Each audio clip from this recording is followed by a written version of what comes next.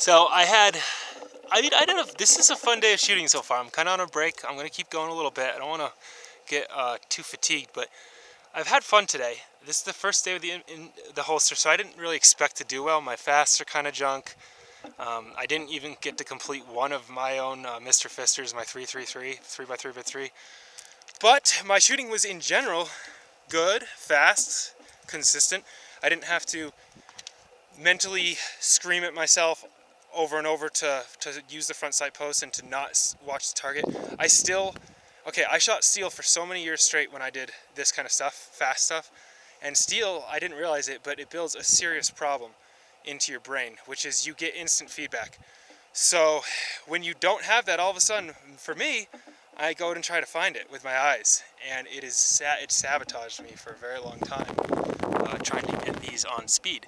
Now, next point, this target has only been shot by, I think, 3 days of fasts. I'll have to look it up. 2 or 3 days of fasts. One day I did 2, I came back, so 3 to 4 fasts, and a bunch of Mr. Fisters. And what I like is how absolutely fucking wrecked the high thoracic is, right where the heart should be on this guy. You guys have seen my other videos, and I often put the target behind, and it's often used multiple days, and there's definitely a wider cadence. Before I started doing this, I certainly didn't have that kind of a tight cadence in what I would consider on-demand shooting. Now, granted, it's not a direct upgrade. I'm not saying, oh, look, now I'm an amazing shooter because my drill works so much. What I'm saying is the drill is emphasizing what I consider to be the most important part for me right now, and possibly the most important part of shooting overall. In fact, according to, okay, I'm going to rant a little bit. Everyone is all obsessed that every caliber except 9mm is fucking terrible because the FBI, a bunch of bean counters who get paid to save money, figured out a way to write an opinion piece that suggested they cut training costs and cut ammunition costs and cut gun costs. And they did it successfully, and everybody drank the Kool-Aid, just like they all did with the 10mm and then the 40. And the thing is, the FBI is not wrong. They're not making up things to trick you, but they are omitting a reality, which is, okay, I know this is controversial. Energy matters, dude. Period.